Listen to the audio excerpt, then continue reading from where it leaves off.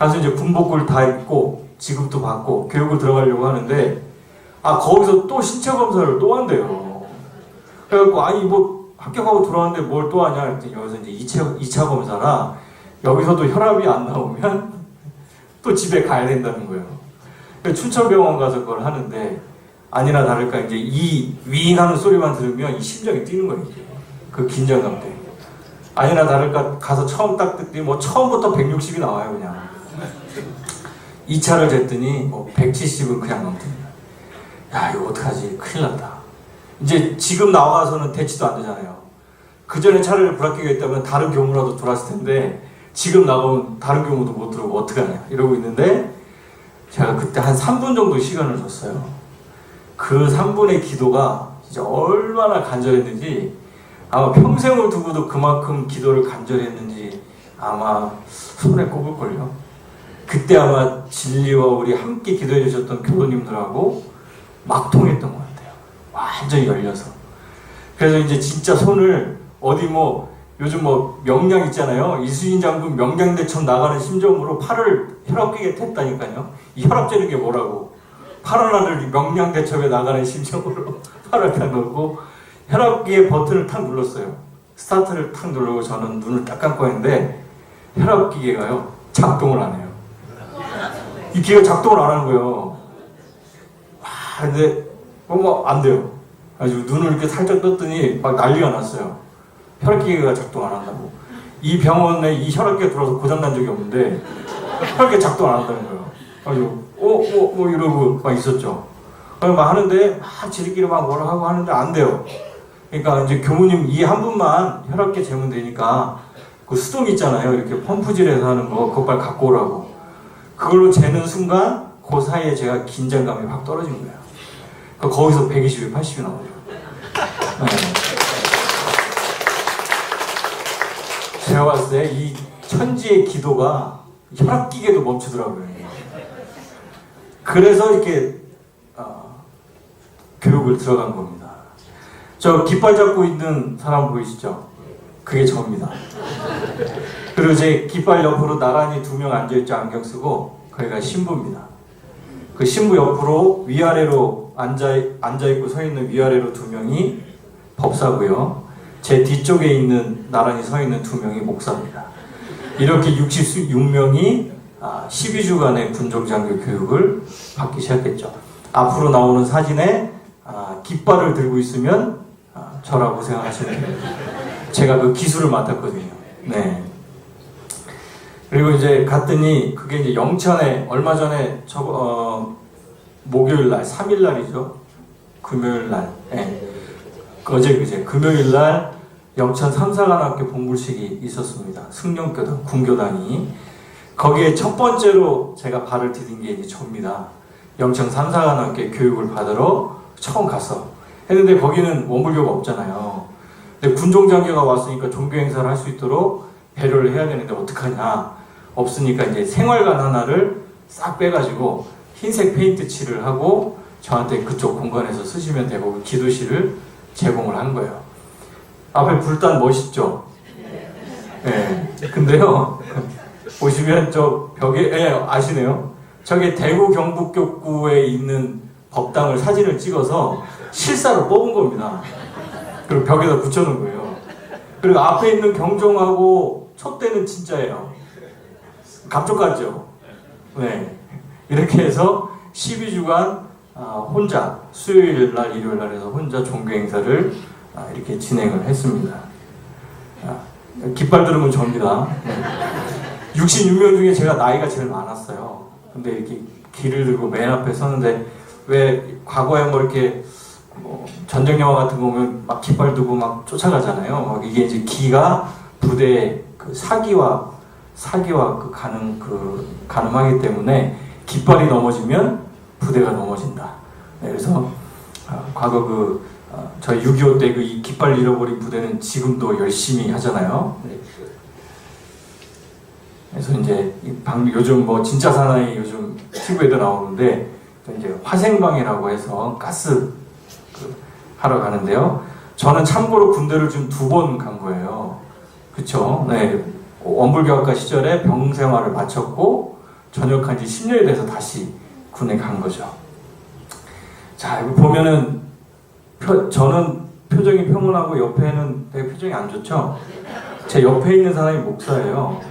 목사는 군대를 처음 와서 가스를 왕창 먹은 거고요. 저는 두 번째 가서 가스를 하나도 안 먹었어요. 한 번과 두 번의 차이가 있죠. 제가 목사한테 처음엔 다 그래 뭐 이러면서 이렇게 위로하는 장면이고요. 총도 쏘고 수류탄도 던지고 이렇게 이제 일명 땅도 이렇게 박박 끼고요. 철조망도 다니고 100km 행군, 깃발 들으면 좋습니다. 100km 행군에서 행군을 이렇게 나가면서 100km 행군도 하고요. 일명 이제 그 꽃이죠, 꽃, 훈련의 꽃, 유격, 유격인데 참 재밌는 장면이 있습니다.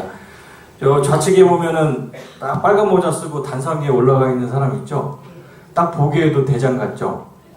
그죠? 그 교관의 대장 같죠? 저 대장이 우리 원불교 교도예요. 그래서 이 교도가 저를 보고 반가우면서도 제일 먼저 얘기한 게 세상에 내가 군생활하면서 이렇게 원불교 교무님을 정당하게 굴릴 수 있는 기회가 오다니 제가 최선을 다해서 굴리도록 하겠습니다. 네. 지금 여기 딱 오른쪽 맨 앞에 딱 이렇게 위험스럽게 서 있잖아요. 우리 교도예요. 그 앞에 다리 뻗고 있는 사람이 저입니다. 네. 그래서 암벽도 이렇게 타고요. 두 줄도 타고 외줄도 타고.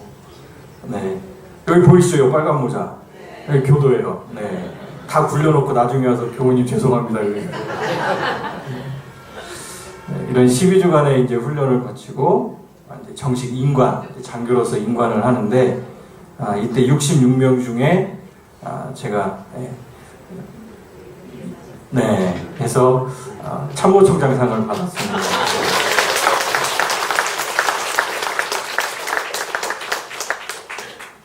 그래서 이렇게 그 최초 인관이다 해서 저 벽에 걸린 거 어디서 많이 본 거 같죠? 네. 재활용이 아주 잘 되어 있습니다. 이렇게 해서 65위에 최초 군종장교로 인관을 해서 했고, 자, 제 옆에 있는 교무는 군종장교 2호 교무입니다. 조경원 교무라고요. 7사단에 근무하다가 이번에 육군사관학교로 발령을 받았는데 이 교무도 그 동기들 중에 1등을 해서 국방부 장관상을 받았어요. 네, 그리고 얼마 전에 7월에 저희 이제 군종 3호 교무가 남았죠. 신문을 통해 보셨을 때 3호 교무가 나왔는데 그 3호 교무도 1등을 해서 국방부 장관상을 받았어요. 네. 그래서 저희들은 뭐 숫자가 얼마 되진 않지만 보내면 거의 뭐 최정인데 저희는 그렇게 얘기합니다. 우리 그냥 평범한 교무 보냈습니다. 저희는 아주 평범한 교무를 보내도 이렇게 됩니다. 이렇게 얘기를 합니다. 그래서 이게 뭐냐면 군에는 병가 마크라는 게 있어요. 그래서 이 마크를 보면 이 사람이 어떠한 군 내에서 어떠한 직종의 일을 하는지를 알 수 있는 거예요. 저 마크가 만약에 그 전차 마크가 돼 있으면 어떤 일을 할까요? 기갑이라고 해서 전차를 조종하든지 장갑차를 조종하든지 이런 거고, 저게 이렇게 화학기호로 돼 있으면 화학이라고 해서 이렇게 TV 한 번씩 보면 막 이렇게 방독면 쓰고 막 제독하러 다니는 거 있죠? 그런 쪽에서 일을 하고, 이렇게 이렇게 전파, 안테나에 막 이렇게 전파가 있으면 통신이라고 하고, 이런 식으로 그 마크를 보면 이 사람이 어떠한 분야에서 일을 하고 있구나를 알 수 있는 거예요. 자, 저희들에게도 군종이 승인되면서 원불교 군종 병가 마크가 생긴 겁니다. 바로 이겁니다. 그래서 이게 일원상 밑에 평화의 비둘기가 월계입을 물고 있는 형태인데요. 자, 제 이 군복 양쪽에 보면 달려있죠? 네. 이거는 오직 누구만 단다? 원불교 교무만 다는 겁니다. 네. 그래서 원불교 군종 장교 병가 마크입니다. 자, 이게 이제 우리 4대 종교가 이제 군에 있죠? 그래서 십자가는 개신교고요. 그 오른쪽에 월계입이 밑에 받치고 있는 게 천주교입니다. 그리고 왼쪽 밑에 있는 게 불교, 법륜이라고 해서 바퀴 모양의 가운데 점 3개, 삼법인을 의미하는 3개가 있고요. 자, 오른쪽 밑에가 바로 원불교 군종 병가 마크입니다. 굉장히 자랑스러운 마크죠. 이제 4대 종교가 이렇게 되는데요. 원불교 병가 마크가 제일 이뻐요. 네, 그래서 군종 장교들 중에 저 병가 마크가 이쁘다고 원불교로 개종한다는 장교도 있어요.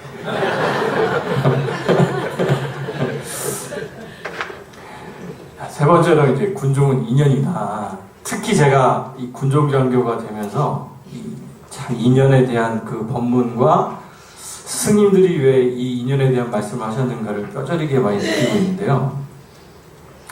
대종경 교단품 19장 말씀입니다. 함께 봉독하시겠습니다.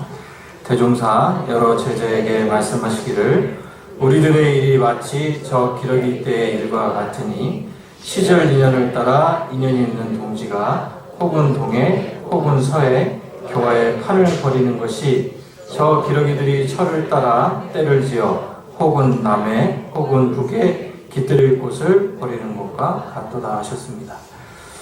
자, 우리가 그 사회에서 얘기할 때 오복에 대해서 얘기하잖아요. 오복에 대해서 이 오복에 대해서 혹시 아세요? 오복이 뭔지? 그 하나하나 조목을 아세요? 첫 번째가 수입니다. 수. 두 번째가 부. 세 번째가 강령. 네 번째가 유호덕. 다섯 번째가 고종명이에요. 수는 뭘까요? 아시겠지만 장수하는 거죠. 오래 사는 거. 부는요? 그냥 돈에 뭐 저기 하지 않고 여유롭게 사는 거. 강령은 몸과 마음이 항상 편안하게 사는 거. 유호덕은 덕을 극히 좋아하고 살아가면서 살 수 있는 사람. 그런 복이고, 마지막 고종명은 우리가 일명 얘기하는 편안하게 살다가 제명에 가는 거를 우리가 고종명이라고 해서 이걸 우리가 일명 오복이라고 얘기를 합니다. 근데 저희 원불교에서 얘기하는 최고의 복은 뭐라 그러죠? 인연복이라고 그러죠. 근데 왜 인연복을 최고의 복이라고 그러는지 아세요? 왜 인연복이 최고의 복일까? 왜 그럴까요? 왜 그러냐면, 자, 앞에 있는 오복은 저희가 어떻게 해야 돼요? 하나씩 다 갖춰야 되는 덕목이죠. 왜 인연복이 최고의 복이냐면, 이 인연복 하나 잘 만나면 앞에 있는 오복이 한 방에 다 해결이 돼요. 인연복 하나로 모든 복이 해결이 된다니까. 그래서 인연복이 최고의 복이라는 거예요. 그냥 뭐 사람 만나면 좋다 해서 인연복이 아니다. 스승을 한번 잘 만나면 그 스승으로 나의 오복이 아니라 평생의 복이 다 해결이 되고요.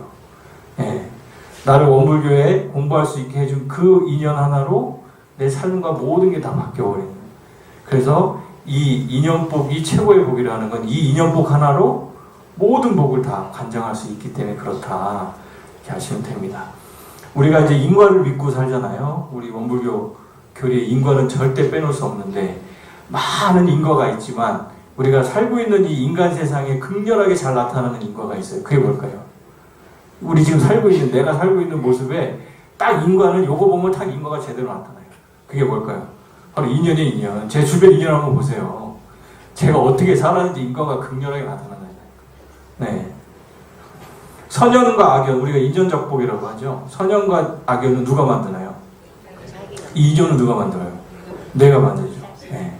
근데 자, 이 만들어 놓은 인연을 만나는 시기는 누가 할까요? 인연 작복을 제가 다 했어요. 근데 그 인연이 만나야 될 거 아니에요. 서로 만나는 시기는 누가 만들어줄까요? 법신불이 만드시는 거죠. 네. 제가 만들어 놓고 기다리면 딱 만나는 시기는 알아서 결정해 주시는 거예요.